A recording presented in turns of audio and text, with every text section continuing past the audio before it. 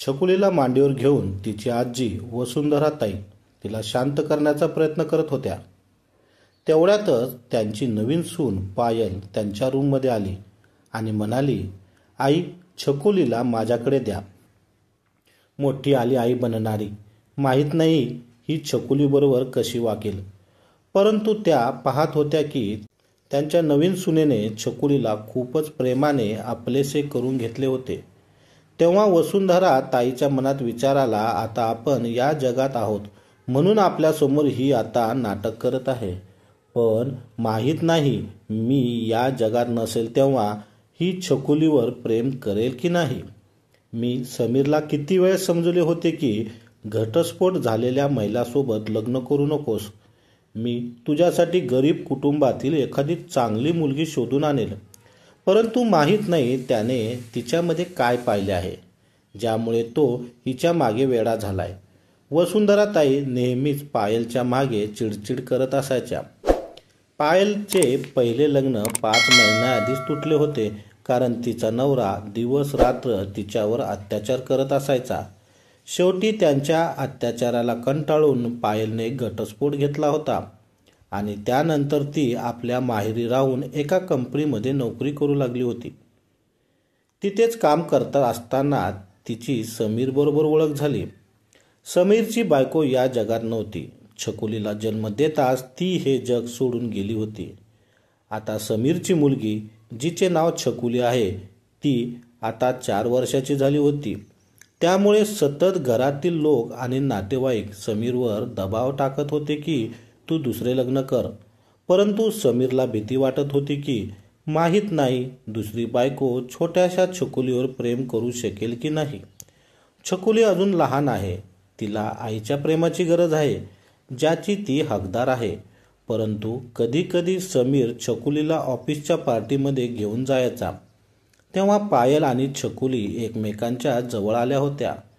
पायल ज्याप्रमाणे छकुलीवर प्रेम करत असायची आणि तिची काळजी घेत असायची हे पाहून समीरच्या मनामध्ये एक नव्या विचाराने जन्म घ्यायला सुरुवात केली होती. समीरला पायलविषयी सर्व काही माहीत होते. त्यामुळे एक दिवस समीरने सरळ पायलसमोर लग्नाचा प्रस्ताव ठेवला. तेव्हा पायलने खूप विचार करून समीरबरोबर लग्न करण्यासाठी होकार दिला. परंतु सुंदराताईंना समजले की समीर एका घटस्फोट झालेल्या महिलासोबत लग्न करीत इच्छित आहे.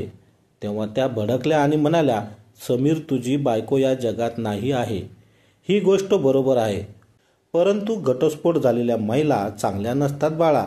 जर तिने अगोदरच आपले घर नीट सांभाळले नाही ती आपले घर कसे सांभाळेल. वसुंधरा ताईच्या मनामध्ये पायलविषयी वेगवेगळ्या शंका यायला सुरुवात झाली होती. परंतु समीरने आपल्या आईचे न ऐकता पायलबरोबर लग्न केले. लग्न करून पायल समीरच्या घरात आल्यानंतर तिने छकुली आणि पूर्ण घर अगदी व्यवस्थितरित्या सांभाळले होते. परंतु तिला एक गोष्टीचे खूप आश्चर्य वाटत होते. ही गोष्ट अशी होती की पायल जेव्हा आपल्या सासूबाईच्या रूममध्ये जेवण किंवा नाश्ता घेऊन जायची तेव्हा त्या प्लेटमधील जेवण सासूबाई अगोदर अगदी गोड बोलून पायलला खायला सांगायच्या. त्या म्हणायच्या, सुनबाई, अगोदर तू थोडेसे खा. पायलला समजायचे नाही की तिच्या सासूबाई अशा का करतात. तिने लग्न होऊन आता 6 महिने झाले होते. समीर सुद्धा तिच्यावर खूप प्रेम करत होता. दोघे नवरा बायको एकत्र ऑफिसला जायचे आणि संध्याकाळी सोबत घरी परत यायचे. एक दिवस संध्याकाळी पायल थोडी लवकर ऑफिसमधून घरी आली कारण त्या दिवशी समीरची ऑफिसमध्ये एक मीटिंग होती. त्यामुळे त्याला घरी येण्यासाठी थोडा उशीर होणार होता. समीर उशिरा घरी आल्यानंतर सोफ्यावर बसला आणि आपली टाय काढत म्हणाला, पायल, आज खूप जास्त थकलो आहे. माझ्यासाठी गरमागरम चहा बनवून आण. आणि हो, मी ऐकलं आहे की अकाउंटमध्ये पगार जमा झाला आहे. त्यामुळे तू पटकन मला चहा प्यायला दे. मग मी तुला सांगतो की मी किती बचत केली आहे आणि कोणकोणते शेअर खरेदी केलेले आहेत आणि कोणत्या पॉलिसी सुद्धा घेतल्या आहेत. पायल या सर्व गोष्टी ऐकत होती. तेवढ्यातच तिच्या सासूबाई समीरला आवाज देऊन आपल्या रूममध्ये बोलून घेतात. अरे बाळा समीर, माझ्या रूममध्ये ये. तेव्हा समीर लगेच आईच्या रूममध्ये जातो तर पायल किचनमध्ये चहा बनवण्यासाठी निघून जाते. चहा बनवत असताना पायलला आठवते की तिच्या सासूबाई म्हणाल्या होत्या की आज त्यांची भजी खाण्याची इच्छा झाली आहे. म्हणून पायल आपल्या सासूबाईंना विचारण्यासाठी त्यांच्या रूमकडे येते, कारण तिला आपल्या सासूबाईला विचारायचे होते की त्यांना नक्की कोणती भजी खायची इच्छा झाली आहे, कांदा भजी या बटाटे भजी. परंतु पायल जेव्हा सासूबाईच्या रूमच्या बाहेर पोचली तेव्हा त्यांच्या कानावर आवाज आला.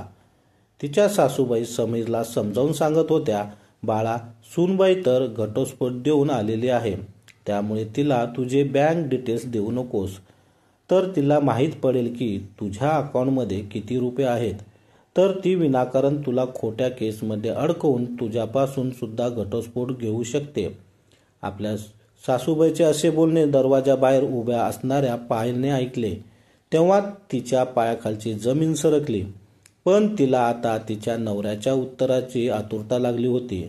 एवढ्यातच तिचा नवरा समीर आपल्या आईला म्हणाला, आई, तुझे हे कसले विचार आहेत? तुला सुद्धा चांगल्या प्रकारे माहीत आहे की पायलला पहिला नवरा किती त्रास देत असायचा. त्याच्या त्रासाला कंटाळून तिने घटस्फोट घेतला होता. कोणतीच मुलगी हाऊस म्हणून आपला संसार, आपले घर बर्बाद करत नाही. आपल्या घरामध्ये तिला कोणत्याच प्रकारचा त्रास नाही, मग ती मला घटस्फोट का देईल? आणि पायल पैशाची लालची नाही आहे आई. पायल स्वतः नोकरी करते, ती स्वतःचे पैसे कमवते, त्यामुळे माझ्याकडे पैसे पाहून तिच्या मनात कधीच लालसा निर्माण होणार नाही. पण तू ना विनाकारण नको त्या गोष्टीचा विचार करतेस. त्यावर वसुंधराताई रागात म्हणाल्या, अरे बाळा, तुला माहीत नाही आजकालच्या मुली किती चालाक असतात. म्हणून तर मी घरातील सर्व किमती सामान लपून ठेवते.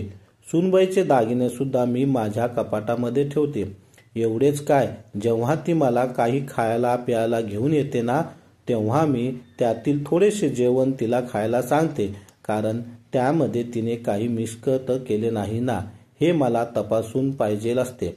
आपल्या आईचे असे बोलणे ऐकून समीरने डोक्यावर हात मारला आणि म्हणाला, आई, तू कोणते विचार करून जगत आहेस? प्रत्येक वेळी तुझ्या मनामध्ये शंका असते. जर तू अशी जगत राहशील तर तू कधीच जीवनाचा आनंद घेऊ शकत नाहीस. उलट अशा शंका कुशंका मनात घेऊन तू जगत राहशील तर तू कोणत्या तरी रोगाचा शिकार बनशील. तेव्हा वसुंधराताई रागात म्हणाला, अरे, म्हणून तर मी तुला म्हणते की अशा महिलेला घराची सून बनून घेऊन येऊ नकोस, परंतु तू माझं ऐकले नाहीस. आता बघ, जर मला काही झाले ना तर ती तुझी चुकी असेल. तेव्हा समीर रागात म्हणाला, बस कर आई, यामध्ये माझी कोणती चूक नसेल. उलट तू तुझ्या सुनेवर विश्वास ठेवला नाहीस. अगं, तू कधीपर्यंत आणि किती कोणावर नजर ठेवून राहशील? जर एखादी चुकीचीच मुलगी नशिबात लिहिली असेल तर आपण ती गोष्ट थांबवू शकतो का? कितीतरी मुलीविषयी आपण ऐकलं आहे की त्या लग्नाच्या पहिल्या रात्री चोरी करून घरातून पळून गेल्या आहेत. पायलला या घरात येऊन आता 6 महिने होऊन गेले आहेत. अजून सुद्धा तुला समजत नाही का ती किती चांगली आहे? मला तर तुझ्या अशा विचाराची लाज वाटते. आपल्या आईच्या रूममधून बाहेर पडला तेव्हा पायल लगेच घाबरून तिथून हॉलमध्ये आले आणि सोफ्यावर येऊन बसली. तिच्या डोळ्यामध्ये अश्रू आले होते, पण तिला समीर समोर रडायचे नव्हते. म्हणून तिने स्वतःवर नियंत्रण ठेवले आणि ती शांत बसली. समीर त्याच्या आईच्या रूममधून बाहेर आला आणि सरळ त्याच्या रूममध्ये निघून गेला. तेव्हा पायल उठून लगेच बाथरूममध्ये गेली आणि आपल्या अश्रूंना पाण्यानं धुवून चेहरा साफ करू लागली. पण तिला खूप दुःख होत होते की तिच्या सासूबाई तिच्यावर थोडा सुद्धा विश्वास ठेवत नाही आहेत. पण तिला या गोष्टीचा आनंद होता की कमीत कमी तिचा नवरा समजूतदार आहे आणि त्याचा आपल्यावर पूर्ण विश्वास आहे. बाथरूममध्ये जाऊन थोडा वेळ रडल्यानंतर पायलचे मन थोडे हलकेसे झाले होते. जेव्हा ती बाथरूममधून बाहेर आली तेव्हा तिची सासू लगेच आवाज देत म्हणाली, सुनबाई, जरा माझ्यासाठी आलं घालून चहा बनव. आज माझे गुडघे दुखत आहे, परंतु त्याबरोबरच डोके सुद्धा खूप दुखू लागले आहेत. कधी कधी पायल आपल्या सासूबाईचे गुडघे तेलाने मालिश करून सुद्धा देत असायची. पण आज तिचे मन अगदी उदास झाले होते.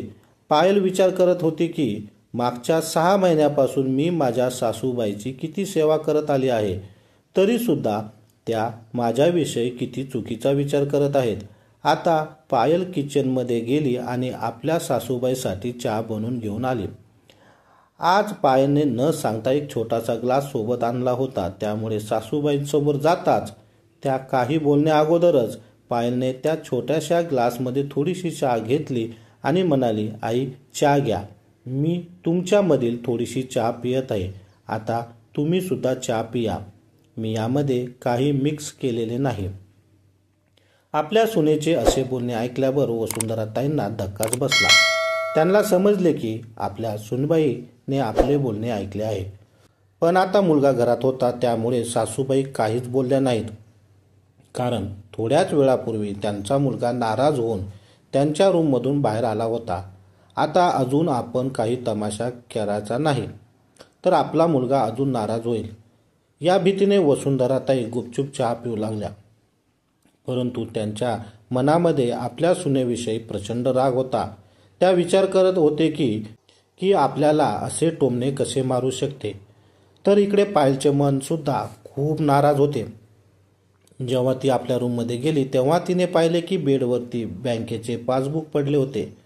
समीरने पायलला आत येताच तो म्हणाला, ये पायल, मी तुला सांगतो की माझ्या अकाउंटमध्ये किती पैसे आहेत. हा माझा ATM कार्ड आहे आणि त्याचा पासवर्ड आहे. त्यावर पायल म्हणाली, समीर, मला या गोष्टीची गरज नाही आहे, या सर्व गोष्टी तुमच्याकडेच राहू दे. त्यातच समीर म्हणाला, कधी इमर्जन्सीमध्ये गरज पडली तर, म्हणून तुला सुद्धा सर्व गोष्टी माहीत असलेल्या बऱ्या. शेवटी हळूहळू समीरने आपली कमाई, बचत याविषयी सर्व गोष्टी पायलला समजावून सांगितल्या. पायलला आता खूप चांगले वाटत होते. ती विचार करत होती, भलेही आपले पहिले लग्न झाले होते, त्या लग्नानंतर आपल्याला सुख मिळेल की नाही, परंतु कदाचित आपल्या नशिबात समीरच जीवनसाथी असावा, म्हणून उशिरा का होईना तो आपल्या जीवनात आला. परंतु तिला आपल्या सासूविषयी वाईट वाटत होते. ती विचार करत होती की आपल्या सासूबाई अशा का आहेत, त्या आपल्यावर विश्वास का ठेवत नाहीत. त्या दिवसापासून पायल आपल्या सासूबाईपासून थोडी दूर राहत होती. आता ती जेव्हा सासूबाईसाठी जेवण घेऊन जायची तेव्हा त्या बोलण्या अगोदरच त्यांनी थोडे जेवण त्यांच्यासोबत चाखून बघायचे. पायलच्या अशा वागण्याने वसुंधराताईला लाज वाटू लागली होती, परंतु त्या आता आपल्या सुनेला काही बोलू शकत नव्हत्या. एक दिवस सकाळी वसुंधराताई योगा करत होत्या, तेवढ्यात अचानकपणे त्यांचा गुडघा अडखळला आणि खूप दुखू लागला. त्यानंतर त्यांना चालणे फिरणे सुद्धा कठीण झाले. म्हणून दुपारी पायल आपल्या सासूबाईंना डॉक्टरकडे घेऊन गेली. तेव्हा डॉक्टरांनी तपासणी केल्यानंतर डॉक्टर म्हणाले, त्यांच्या स्नायूंना इजा झाल्या कारणाने आता त्यांना 1 महिना आराम करावा लागेल.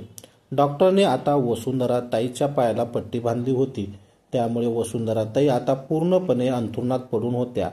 त्यांना सतत उठताना त्रास होत होता, म्हणून त्यांची सर्व वैयक्तिक कामे आता त्यांची सूनबाई म्हणजेच पायल करू लागली होती. अशा परिस्थितीमध्ये सुद्धा पायल जेव्हा आपल्या सासूबाईसाठी जेवण घेऊन यायची तेव्हा स्वतः अगोदर ते जेवण त्यांच्यासमोर चाखून दाखवायची.